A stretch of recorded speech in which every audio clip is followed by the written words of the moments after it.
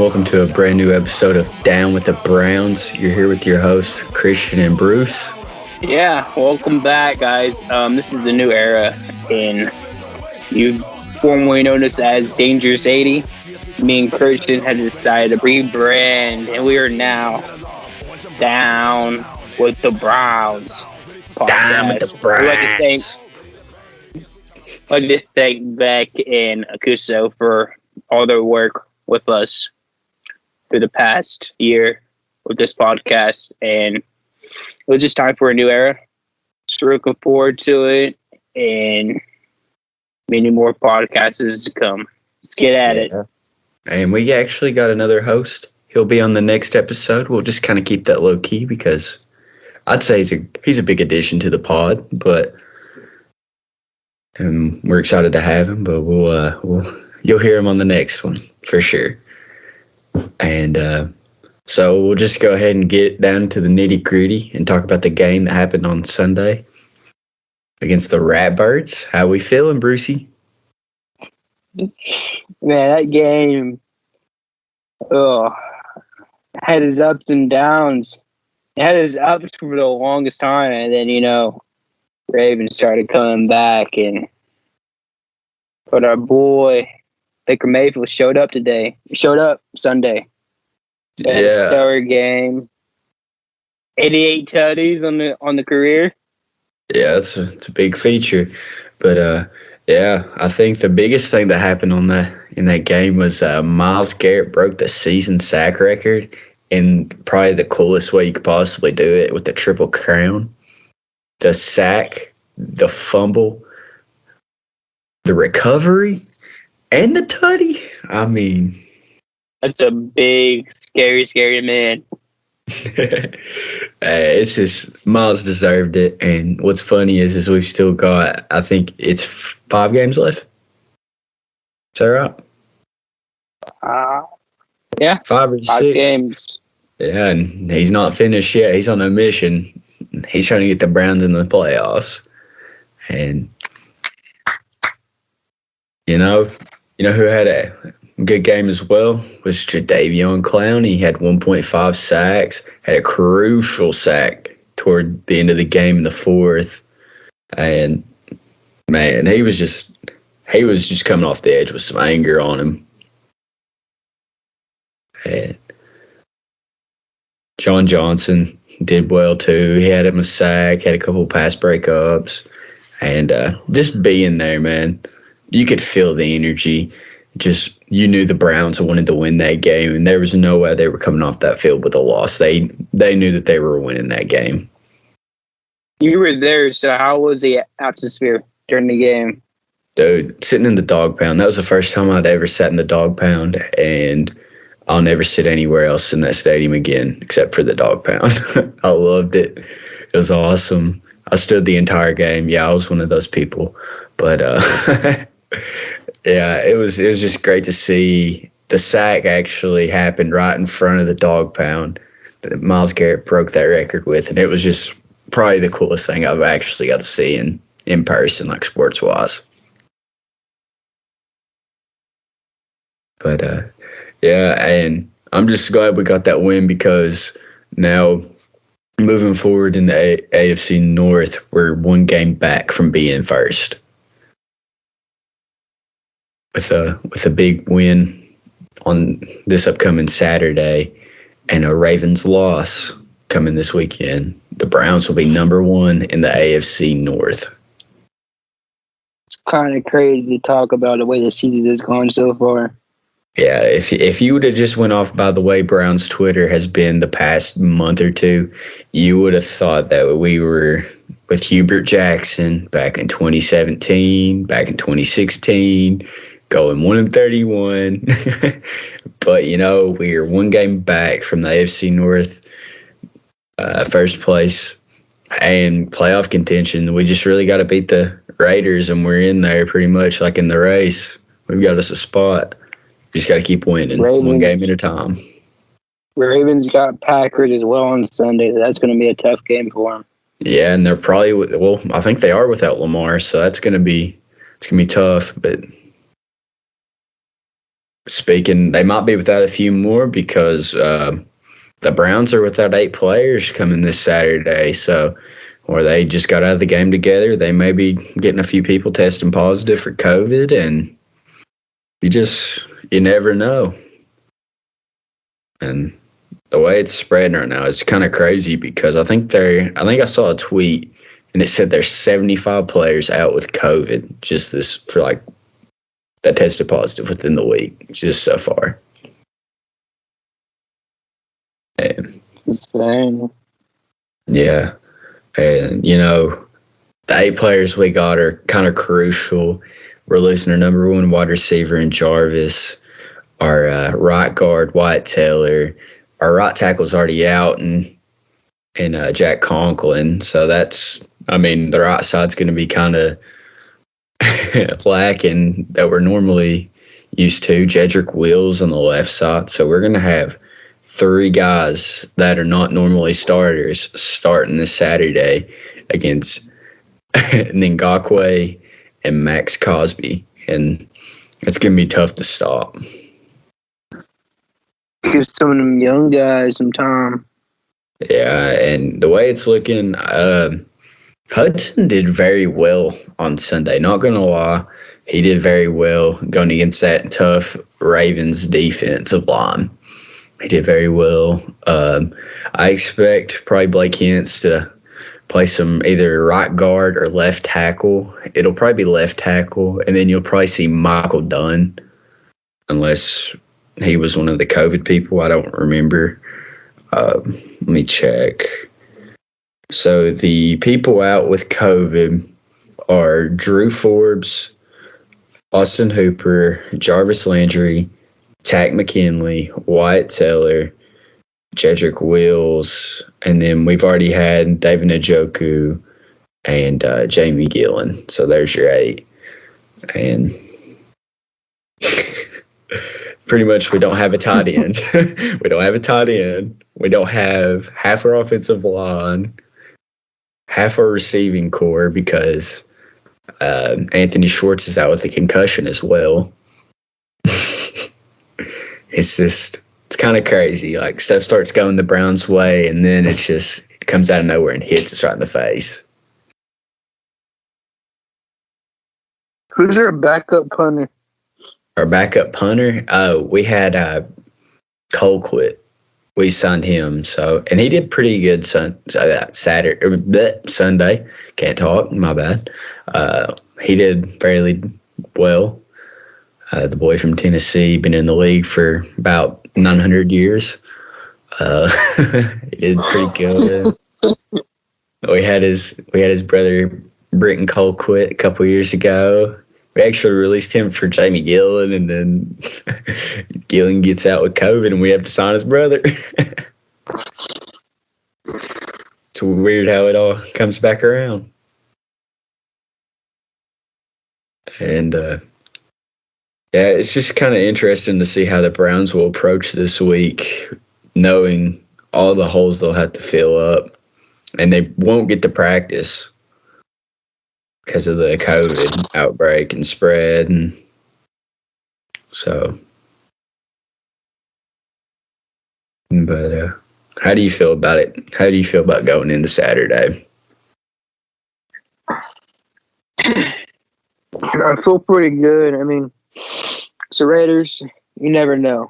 Like, any given Sunday, even though it's Saturday, Baker's coming off a pretty good game.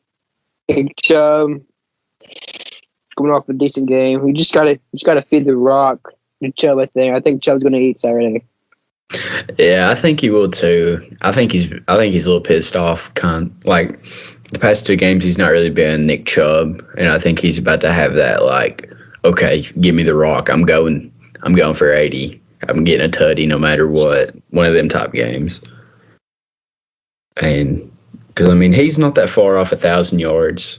I believe it's like 75, 74, 70, somewhere in there. He's not that far off 1,000 yards on the season rushing.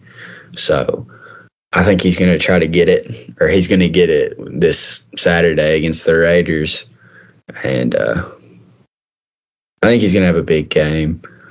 Also, I think this game's going to have to be a Baker Mayfield game because I believe they will try to stop the run early and they will load the box.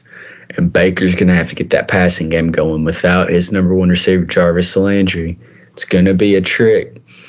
But if we do get David Njoku back from the COVID, it'll be a big help. And then it's looking like Harrison Bryant may be back as well. So you may be getting 2 tight ends coming back this week. It's kind of untailing the way everything's going right now because people actually can't practice, as I just stated earlier, because of the COVID outbreak. But what kind of game do you think Baker's going to have, Brucey? I mean, if we don't go off the cycle, off the Baker Mayfield cycle that everybody keeps saying he has, I mean, honestly, I think he's going to have a good game. I mean, the Raiders, I don't know, them being hurt and just coming off a good game. And he says this is his best felt since week 2. You know, I love Baker, but I've heard that every week, and it's just, he's doing what he can, but we need him we need that guy that I know he is. Like, it just hurts saying that. And for all the people that are hating on my boy Baker, you know, I know he's not the greatest, but, you know, I don't think you can get a quarterback in there that can replace him. I'm just going to be honest. Now. Yeah, like Russell Wilson. You're not going to get Russell Wilson in Cleveland. Like, he's already put out his 3 teams that he would waive his no trade clause to go to. Aaron Rodgers is not going to come to Cleveland for a year and end his career here. It's just not going to happen. You're either going to have to draft a quarterback or you're going to have to get a guy like Mitchell Trubisky in free agency. And I'm sorry, I do not want Mitchell Trubisky throwing the football for the Cleveland Browns as a starting quarterback. Yeah. How do you feel about that, Bruce? About what? Exactly. Like, just everybody just dogging on your boy Baker and talking about getting another quarterback. Like, getting another quarterback. It's hard. I've had to keep my cool on Twitter. I mean, I kind of just ignore it. I just don't say nothing. And okay. He'll prove you all wrong. And eventually everybody will stop talking about it. I don't want to see him go because it's just Baker's Cleveland. It's his mentality, that blue-collar type of guy, you know. It's just, he's that. He's Cleveland. Yeah, he's got that. Go ahead, my bad. I just don't think you're good. I just don't think you get another guy in there who can bring this same mentality and be that leader. Yeah, like the swagger he brings to Cleveland, like the hope he brought from when before we drafted him, we legitimately came off 0-16 season. And that's how we got the pick to draft him. But, you know, the swagger just wasn't in Cleveland then. Then we get Juice, and then we get Baker. So them two right there are like crucial parts in the turnaround for Cleveland. And now we're 7-6 and like hate it. Like, it's just frustrating because we saw the offense thriving last year. We saw Baker going off last year, but it just don't seem to be clicking this year. And the whole Odell situation's caused a big fight, and they're like, well, it was Baker's fault. It was Odell's fault. It was everybody's fault. Like, if it was one singular person, then you could have saw it, but you saw it on both sides. Like, Baker would force it to Odell. Odell was dropping passes. Odell wasn't getting separation. Baker would throw it kind of bad sometimes to Odell. And, I mean, it was just a little bit on both sides, and a little bit may have been on Stefanski for using him wrong. But I agree. I think it is also in the play calling. I mean, It all comes back to the coach. I mean, the coach has to call the right plays at the right time. Yeah, and it's what's the weird thing is the regression of the offense from last year. We haven't lost anybody. I mean, we've lost a lot of people to injuries and COVID throughout the season, but like we didn't lose anybody. Though we really only gained a player in Schwartz, and which he's kind of been hit and miss and out with a concussion as of recent. But I think that we need to get our boy Rashad Higgins back in the game. Don't know what's happened, if he's slapped somebody's mama, if he's got some pictures on somebody or something, or what. But we need our boy Hollywood Higgins out there running routes, because him and Baker got that special connection, and that's how we get the offense going. I agree. Yeah, I'm ready to see some red carpet tutty celebrations. Hollywood. That's what we need in Cleveland right now, man. It's with everything that's went wrong and us this close to making a playoff push. It's just amazing. And I made a tweet. Preseason hype got to us, I think. Yeah, and I made a tweet earlier. I'm just like, once this offense actually clicks, I know it's 900 games into the season and the season's almost over because you're down the final stretch.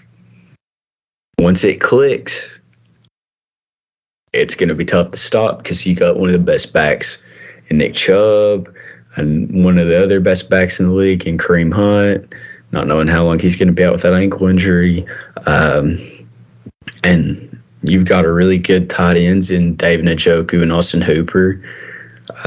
It's just going down that stretch when you get everybody back from COVID and back from injuries. It's going to be tough to stop, I think.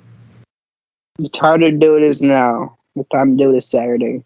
Everybody clicks Saturday again, like they did against the Ravens. And we do it again next Sunday. We're set. I mean, yeah. I think DPJ had a really big game on Sunday. It's got overlooked quite a bit, but I believe he had a really big game. I believe he had either 4 or 5 catches for 90 yards. So that was pretty big on his part.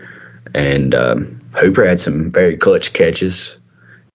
I mean, he had that one drop at the beginning of the game, but, you know, that can kind of overlook that because the W's in the win column.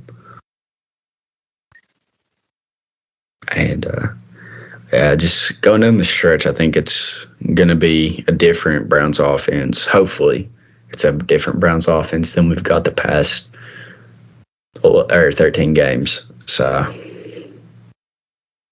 but we've also got some very good news for next year with the salary cap. It's almost going up $30 million. Give us a little insight on that, Brucey. Big insight. Honestly, I didn't know much about it. I forgot about it. Yeah, it was the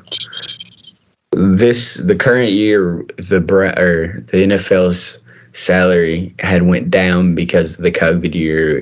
Teams weren't bringing in as much revenue because fans weren't in the stands and so on and so forth. And so it caused the salary cap to dip a little bit. It was pretty much every year it was going up $10 million, and it went down $18 million instead of going up. So it went from 198 in 2020, and it dipped down to 182 in 2021, and now it's shooting back up, and it's going pretty much just skipping over 2021 and moving up 10 million from then, and it's moving up to 208 million for next year.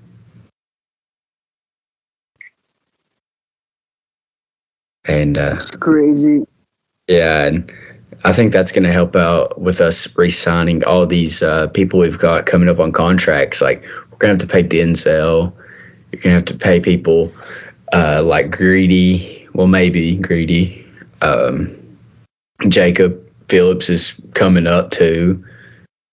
Because, I mean, he's not next year, but the year after that. And you'll probably have to re-sign him. And you just kind of got to look out for the future too. Because, I mean, you're going to have to also probably pay Baker, David Njoku. I mean, we've already got pretty much all the linemen locked down for the next couple of years, except J.C. Treader. We'll have to get him locked down too, I believe either the end of this year or the end of next year.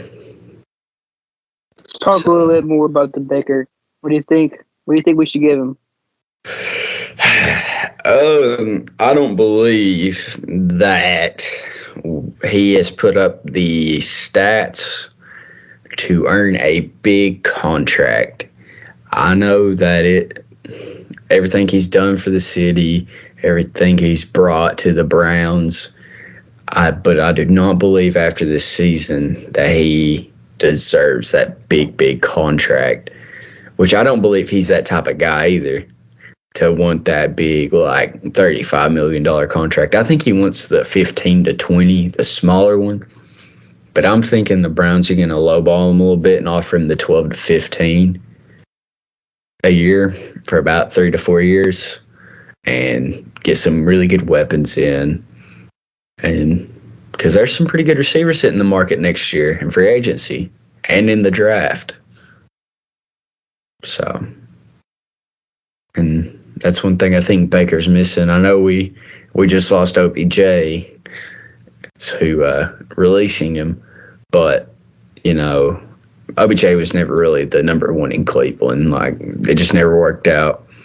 So I believe we're going to either target a big receiver in free agency with that, and then because Baker's going to take that lower contract and help his boys out, get that big Super Bowl ring in Cleveland, Sir. But yeah, it all kind of comes down to how he finishes the year too. But I mean, you never know. Baker may flip that switch and just go off, or he may dud out. You never know. Nobody's a sure thing anymore in the NFL. It's any given Sunday, like you said. Especially this year, it's been a crazy NFL year. I mean, it's honestly there's no team in the league this year who is like the set team is going to like, oh, that team's going to win a title this year. Like, anybody can win it. Yeah, it's crazy. And like I said, like the AFC is so tight. Like the Browns were literally fourth in the AFC North last week before we beat the Ravens. And then after the Ravens game, we're number 2 in the AFC North because Pittsburgh lost on Thursday night. The Bengals lost Sunday to the 49ers, and pretty much everything that could have happened right for the Browns went right. And we're now the 8th seed in the AFC. Yep, and we got to win Saturday. We have to win. You got to win out pretty much. And just pray for the Ravens to fall apart like it looks like they are. And for everybody saying that if Lamar Jackson would have not got hurt during that game, that they would have won, I don't think that's true. The Browns. I think for the first drive of the game, like how we played, I was like, it's set. We're going to win this game. I had no worries after the first drive. Well, I mean, we stopped them 3 times.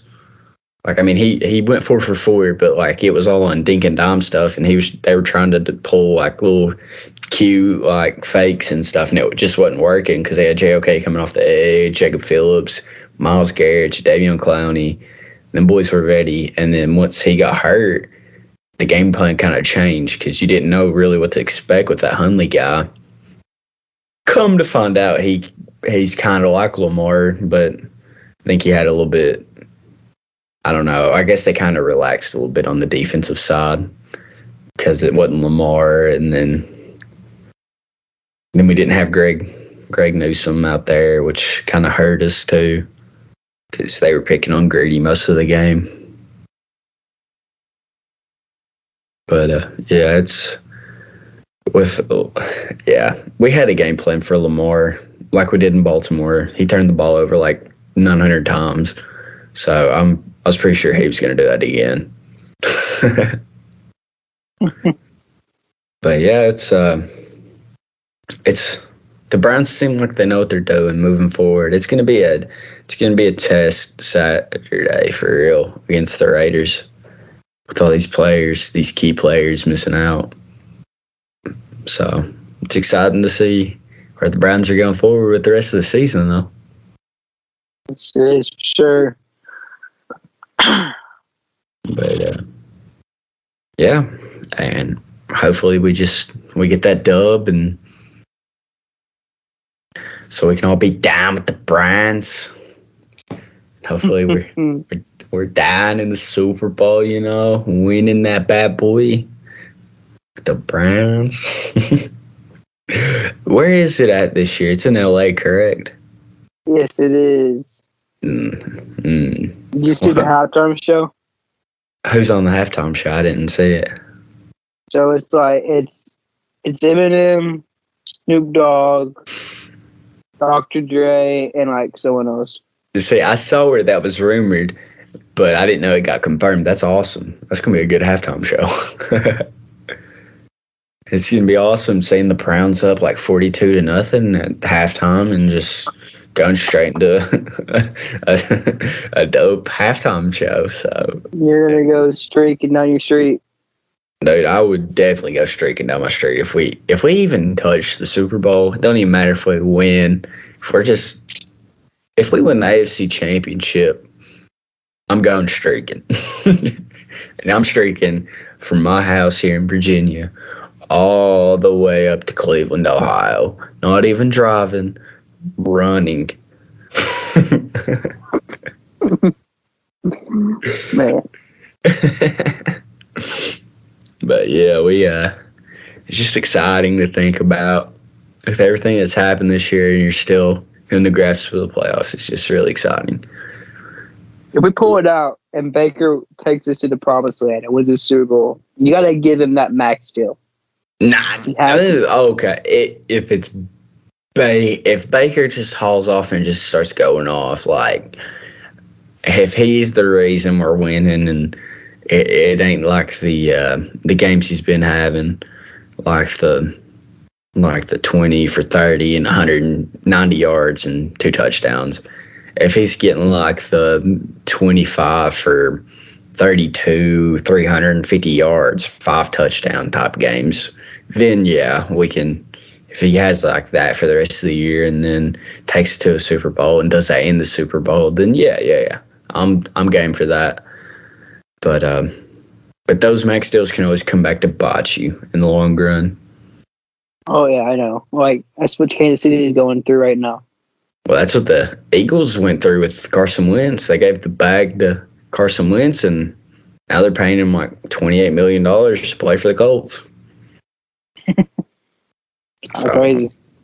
Yeah, that's the bad thing about paying a quarterback. That, I mean, you just never know. Just hopefully. Well, honestly, I mean, I don't think he'll get the max deal. Like either way, if he does do that, I think Baker will be like, no, we gotta get these guys in here so we can keep winning these games.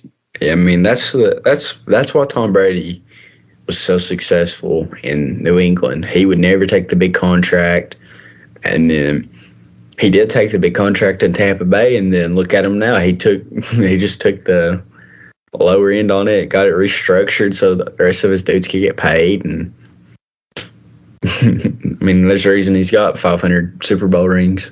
So we got a score prediction for Saturday, Christian. Score prediction for Saturday. I'm gonna say 24-14 Browns. Ooh, I don't like that score. I do not like that score. Wow. I don't like close games like that. Scores like that. I think with the way the Raiders have been struggling, and then I think they'll continue to struggle because our defense is pretty solid. It's been playing pretty solid, except in crunch time. Or when we get big leads, they start blowing them because Joe Woods can't call defensive play calls. But we're not going to chat at the end of the season. We're not going to chat about that right now. But we're not going to chat about the terrible play calls on the defensive end. But yeah, it's. I think the defense will hold their own against the Raiders' offense, and I think the offense will do just enough to get the win. I think the Nick Chubb, as we said earlier, is going to have a big game. Baker's going to do pretty good, and just the backs against the wall and get the W. But yeah, I don't think we're going to go off for no like 42 or 50-point game or anything like that. I think it's going to be just a solid, just enough to get the win, top performance. Call me crazy. Oh God. No. Every time you say this stuff, man, it's the wackest stuff ever. No, it's not gonna be whack. It can happen. It can happen. So here's my score prediction. Nick Chubb is just gonna go off, man. He's just gonna eat, and he's just gonna keep eating all game long. He's gonna rush for 3 touchdowns. Baker's gonna throw for 2. 34-13 final. Browns. So we're gonna miss a field goal? Yeah, we're gonna miss an extra point. Wouldn't doubt it. God, man, I thought we had a kicker. And then Chase McLaughlin, he just kind of fell off. We'll get Austin Cyber back. Shut up, Boomer. No, we need to get Phil Dawson. I'm joking. No, I just we just need to get a solid kicker. Go out in free agency. I don't care if we got paid one a little bit. Just get us a kicker that can kick. Is that game in Vegas? No, it's in Cleveland. It is? Yeah, it's in Cleveland. Sweet. Yeah, they're gonna have the dog pound. Dog pound's gonna be loud. It's gonna be wild. Is it Saturday night? It's Saturday at 4:30. 4:30. Ooh. Yeah, it's a weird time, but last time Baker Mayfield did play on a Saturday night at 4:30. That I remember. They did win the game. It was against the Broncos, wasn't it? Back in his rookie year. They may have played another Saturday night game at 4:30 since then, but that's the last one I can remember. And in that time slot, and we ended up winning. Actually, it was against Case Keenum in the Broncos. Oh, Case Keenum. Yeah, and everybody, and Jabril Peppers had that clutch sack at the end of the game. Remember that. But I miss him. But yeah. So you said your score prediction was 34 to what? 13. 13. Oh, defense locked them down. Defense is going to have a big game. Yeah, Myles going to have 2 sacks. I like that. It puts him at 17. Yeah, I want to see Myles hit the 20 mark this year, which is I think he can do. And I'd like to see Jadeveon hit that 10 mark. I think that'd be big to have 2 guys in double-digit sacks. But, yeah. It's been fun. It's off to a great start, I think, Brucey. In this new era of podcasting. We're down with the Browns. Down with the Browns. And I'd like to give a big shout out to Mechadon for letting us use Rock with the Browns. Rock with our Browns. Or Rock for my Browns, my bad.